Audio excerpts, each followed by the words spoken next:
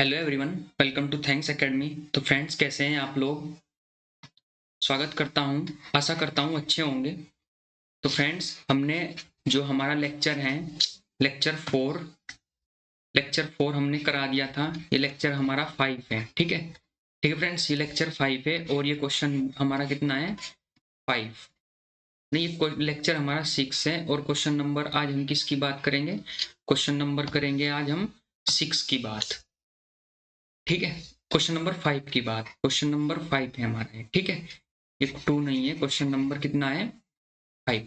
तो फ्रेंड्स, अगर आपको हमारी वीडियो अच्छी लग रही है तो प्लीज चैनल को सब्सक्राइब करें, लाइक करें और ज्यादा से ज्यादा शेयर करें। आशा करता हूँ आप अच्छे होंगे। और चलिए क्वेश्चन शुरू करते हैं अपना। ये क्वेश्चन नंबर 5 है हमारा। इसमें दिया गया है, क्या कहा गया है इसमें? क्वेश्चन नंबर 5 में, क्वेश्चन नंबर 5 इसमें क्या कहा गया है? इसमें थोड़ा छोटा कर लेता हूं। ठीक है ना, ये हो गया। देखो, क्वेश्चन नंबर 5 में इसमें हमें क्या बोला गया है? इसमें हमें कहा गया है कि एक आकृति दी गई है। ठीक है, एक आकृति दी गई है और इसमें कहा है पी क्यू, ये पी क्यू है। पी क्यू ये एक दर्पण है और आर एस भी दो दर्पण है। दो दर्पण दे दिए जो शिष्य होते हैं, जो एक दूसरे के समांतर हैं, जो एक दूसरे के क्या है? समांतर है। ठीक है, और एक किरण दी गई है, एक आपतित किरण दी गई है। जब भी कोई किरण किसी शिष्य पर पड़ती है या आती है या कहीं भी पड़ती है तो उसे आपतित किरण बोलते हैं। ये आपतित किरण हो गई और टकराने के बाद ये परिवर्तित किरण हो गई।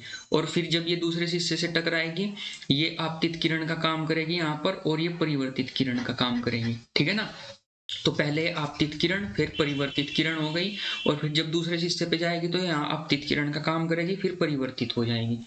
आया ना समझ में? तो इसने कहा कि आपतित किरण आ गई, जो आपतित किरण आती है और यहाँ पे जब आपतित किरण और परावर्तित किरण टकराती है तो एक अभिलंब बनता है। ऐसे ऐसे अभिलंब का मतलब 90 डिग्री में एक ऐसे एंगल बनता है, ऐसे और ऐसे 90 डिग्री का।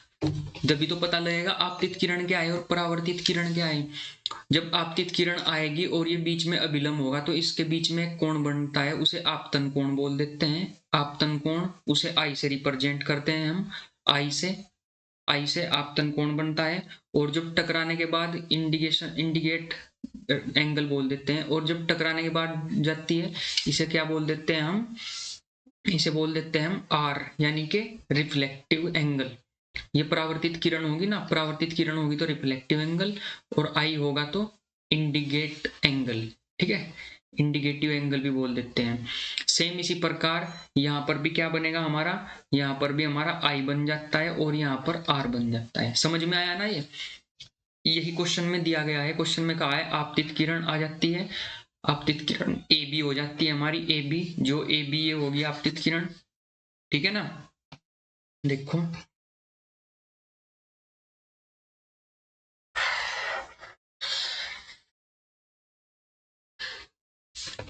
देखो, ये आपतित किरण क्या हो जाती है हमारी? आपतित किरण ये हो जाएगी आपतित किरण।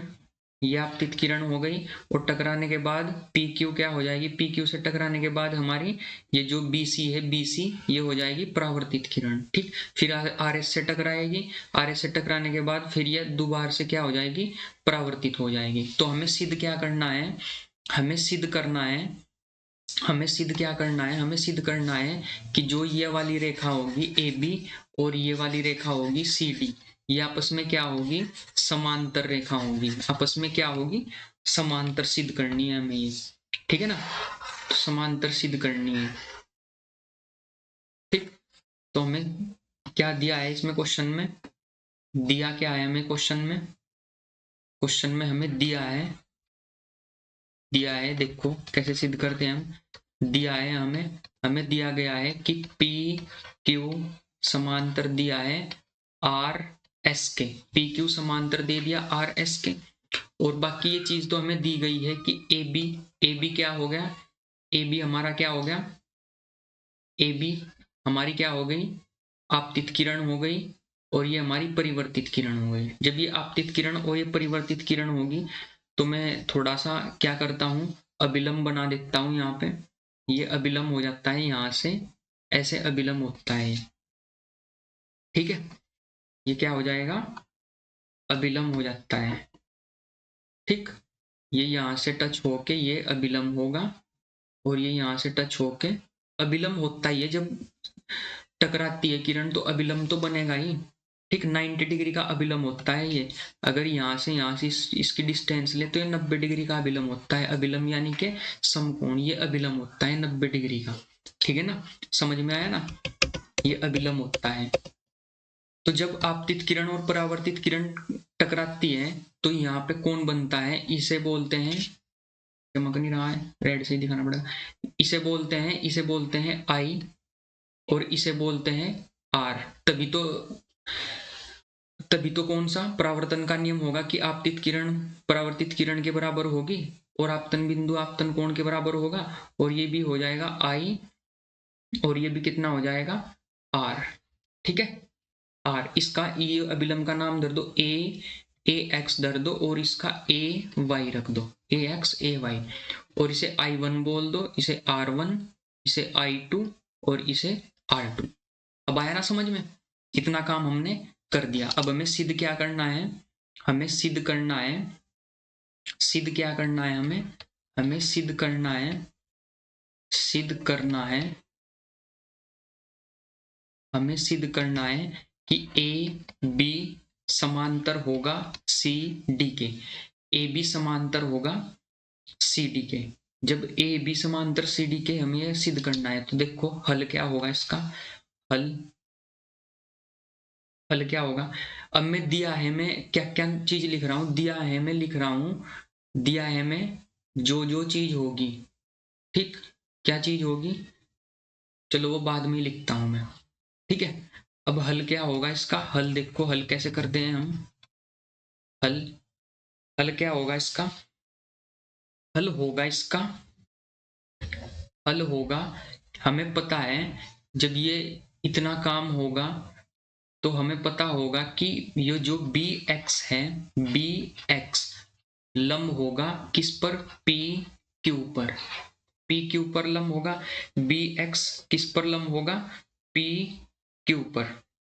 इतना समझ में आया, बी एक्स लंब होगा किस पर होगा, बी क्यू पर, ठीक। और इस साइड में भी क्या होगा, ये बी एक्स लंब हो गया पी क्यू पर, और दूसरी साइड में भी क्या होगा, ये एक्स वाई लंब होगा किस पर, किस पर होगा, आर एस पर, आर एस पर। जब ये लंब होंगे, जब ये लंब होंगे, ये लंब हो गए ना, क्योंकि ये क्यों लंब हो गए, ये अभिलंब का काम करते हैं, ये अभिलंब है, अभिलंब का काम करते हैं, ये अभिलंब, अभिलंब, क्योंकि भाई परावर्तन का नियम का रूल हो रहा है तो अभिलंब का काम करेंगे ये, ठीक। यहां बोल देता हूं मैं, ठीक है, अभिलंब हो गई। अब देखो, अब हम क्या करेंगे, हम करेंगे कि ए बी हमें पता है कि पी क्यू समांतर दिया आर एस के, ये दो समांतर रेखाएं दे दी पी क्यू, ठीक है, पी क्यू दे दिया, पी क्यू, पी क्यू दे दिया किसके, आर एस के समांतर। तो ये बी सी क्या हो जाएगी, तिर्यक रेखा। तो बी सी क्या हो जाएगी, तिर्यक रेखा।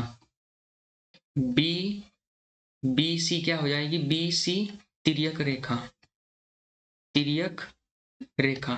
जब बी सी तिर्यक रेखा हो जाएगी तो हमें पता है, जब बी सी तिर्यक रेखा हो जाएगी, देखो जब ये समांतर दे दिया इसके और बी सी हो गई तिर्यक रेखा, तो ये आई वाला I2 और R2 आपस में क्या होंगे, बराबर होंगे। तो यहां से हमें क्या पता लग जाएगा, क्या पता लग जाएगा कि यहां से जो कोण R1 है, या सिंपल R1 लिख देता हूं, या कोण R2, जो कोण R1 है बराबर होगा कोण किसके, I2 के, कोण I2 के। क्यों होगा, क्योंकि एकांतर कोण बनने हैं, ये एकांतर कोण, क्यों बनने हैं ये एकांतर कोण। जब ये एकांतर कोण होंगे, ठीक है, इतना समझ में आया, इतना समझ में आया, ये हो गए एकांतर कोण,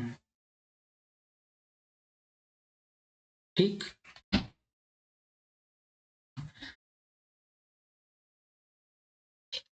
ये हो गए एकांतर कोण।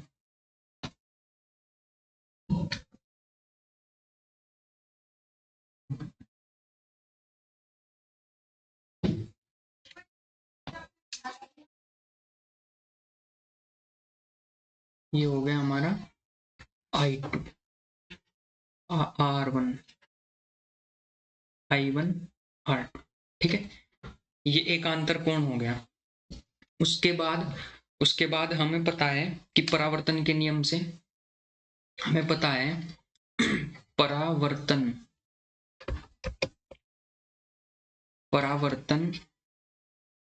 के नियम से, इसे समीकरण 1 बोल दो। परावर्तन के नियम से परावर्तन के नियम से हमें क्या पता लगेगा? परावर्तन के नियम से हमें पता लगेगा कि क्या होता है I1 कोण I1 बराबर क्या होगा? I1 बराबर होगा R1 के। यहाँ पर इसमें लग गया परावर्तन का नियम।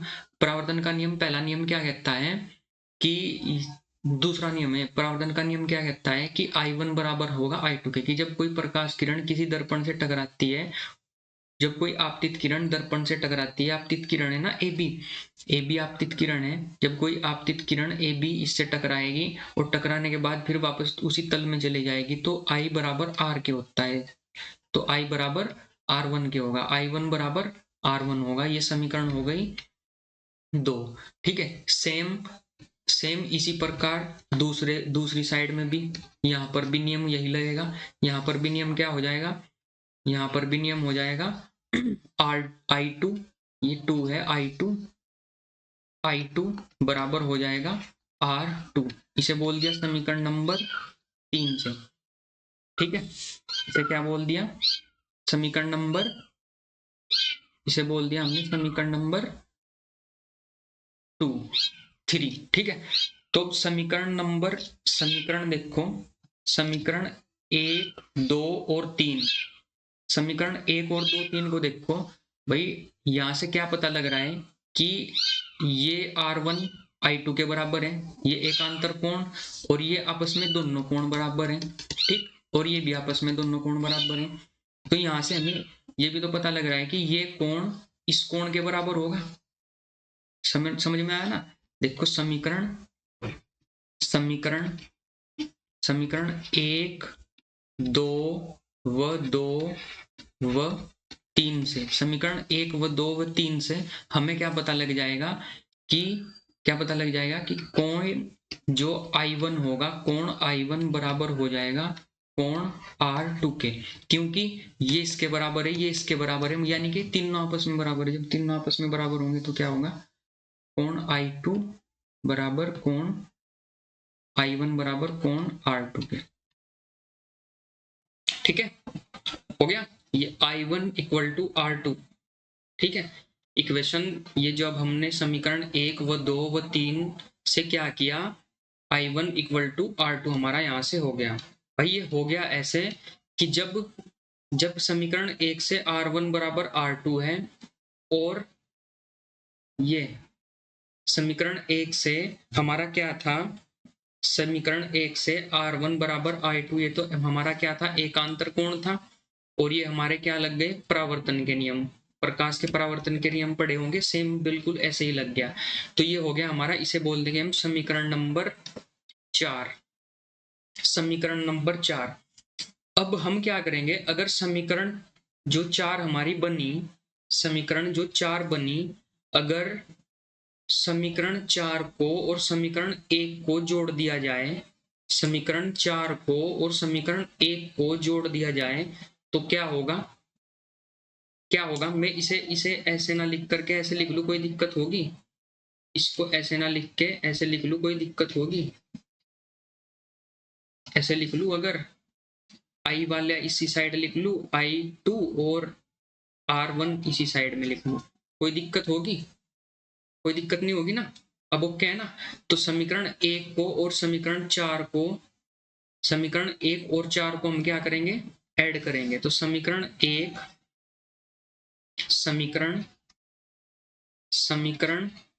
1 प्लस समीकरण करेंगे हम 4, तो हमारा क्या हो जाएगा, कोण I1 प्लस कोण I2 बराबर कितना हो जाएगा, कोण I1 प्लस I2, कोण I1 प्लस कितना हो जाएगा, कोण I2।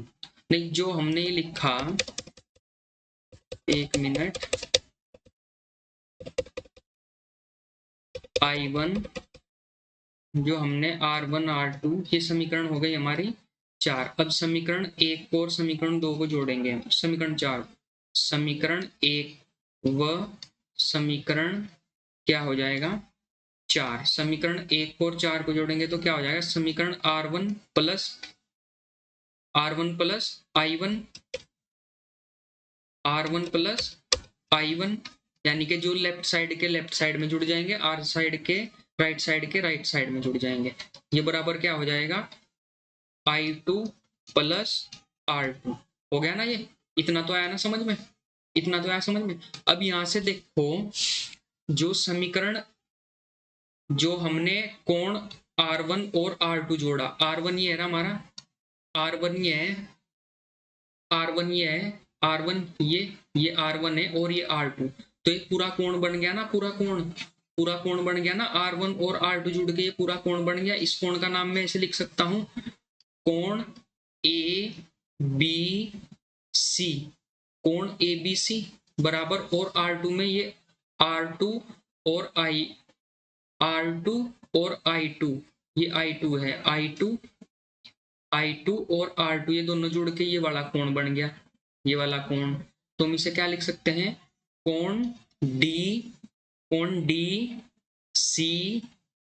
या BDC लिख दूं, BDC,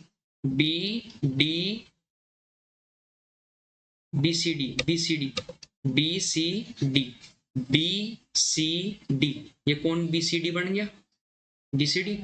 अब यहां से क्या पता लग रहा, देखो यहां से एक चीज पता लग रही भाई, ये पूरा कोण इस पूरे कोण के बराबर हो गया, तो ये एक तरीके से एकांतर कोण नहीं बनना, ये पूरा कोण और ये पूरा कोण बनना, तो एक तरीके से क्या बनना है, एकांतर कोण। में तो इसे एकांतर कोण लिख दूं, कोई दिक्कत तो नहीं है ना, ये एकांतर कोण की तरह कार्य कर रहा है, बिल्कुल एकांतर कोण, बिल्कुल एकांतर कोण की तरह कार्य कर रहा है।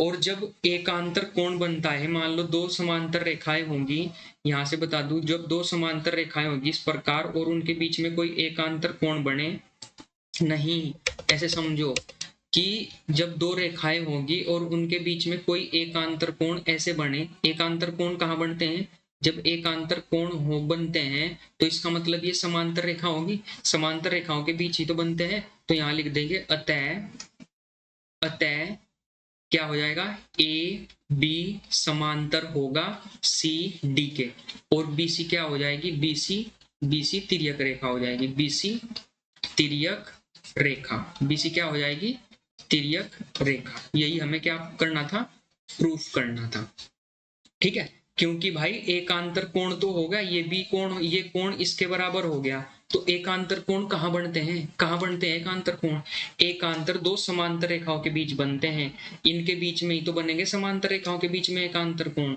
जब ये एकांतर कोण बनेगा, ये कोण इस कोण के बराबर होगा, ये वाला कोण इस कोण के बराबर होगा, कब होगा ये, जब ये दोनों समांतर होगी, जब ये दोनों क्या होगी, समांतर। तो इसका मतलब ए बी समांतर किसके होगा, सी डी के। यही हमें क्वेश्चन में क्या करना था, प्रूफ करना था, ठीक है फ्रेंड्स।